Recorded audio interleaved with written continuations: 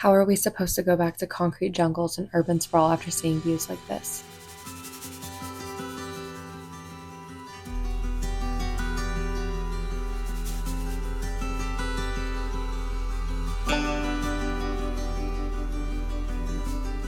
My worlds collided as one of my college friends, high school friends, my brother, and all of our significant others decided to take a summer couples trip to Whistler, Canada. We started out with an evening in Vancouver, catching up over loud music and drinks at Banter Room and walking around the cleanest city we've ever been to before heading north to Whistler. With every shop you can imagine and a generous discount thanks to the Canadian to US dollar exchange rate, it's hard not to have a good time and justify every purchase with Girl Math. We stopped halfway at just 1 hour into the road trip at Outbound Station, a bougie rest stop off the highway boasting a stunning view, craft coffees, burgers and breakfast sandwiches, and a mean truffle fry. Normally I wouldn't combine a s'mores latte with a truffle fry, but hey, went on vacation, am I right? After checking in our VRBO, we headed to dinner at Wild Blue, one of the top-rated restaurants in Canada. We opted for the intimate indoor setting since the air outside was a bit smoky from a nearby wildfire and enjoyed cocktails, truffle pasta, and the best broccolini I've ever had. We decided to relive our college days with berry and Irish car bombs and every pop-punk throwback song you could dream of at Amsterdam Cafe before heading to the Grey Goose Ice Room at Barefoot Bistro, where we met a London boy named Ollie who served us vodka shots and lots of laughs. The vodka gets really, really thick because it's only about 20 degrees away from freezing. So Grey Goose would freeze at -40. The only reason I know that in Fahrenheit is because it's the same as it is in Celsius. So that's how they cross over as well. So in 20 degrees time, the vodka would freeze. When I pour it, when you drink it. We considered this frigid pregame a highlight of the trip and said so long London before heading to Buffalo Bills to wrap up the night.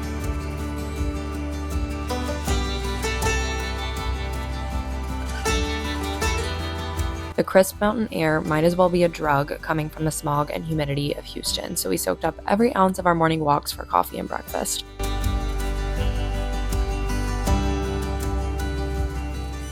I don't know if you could call a chicken Caesar wrap and mango bruschetta bar food, but for exquisite bar food and a fun outdoor vibe, Longhorn Saloon is a great stop. This trip was quite the food and drinking tour if you couldn't tell by now. Bar Oso feels like drinking inside of a salt lamp, and we kicked off Sushi Village with a sake bomb and had a wonderful barefoot dining experience with the group. Cal's Creamery was so good that I didn't let my phone eat first after waiting in line for 15 minutes, but it's guaranteed to satisfy your sweet tooth. We got a taste of Japan through Kyoto Coffee at the newly opened Percent Arabica and headed to Provisions for breakfast. Not gonna lie, I see this breakfast sandwich in my dreams.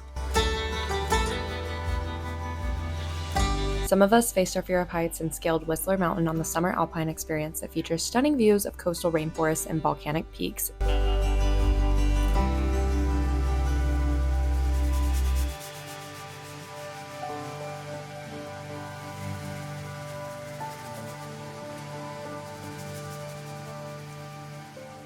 And then took the peak-to-peak gondola, which is the world's longest unsupported continuous lift system, spanning 2.7 miles between Whistler and Blackcomb Mountains. Unfortunately, we didn't get to spend much time at the Blackcomb Peak thanks to lightning, but we're glad we got to see the views that we did. We were really hoping to make the drive to Joffrey Lakes Park and hike to see the gorgeous ice blue glacier lakes on our last day. We had some things moved around and getting tickets to go to the park was a bit difficult. Instead, we took a long walk on the trail that led from our VRBO to Alta Lake, where my husband and brother took a quick swim. We soaked up the last bit of the stunning views and mountain air.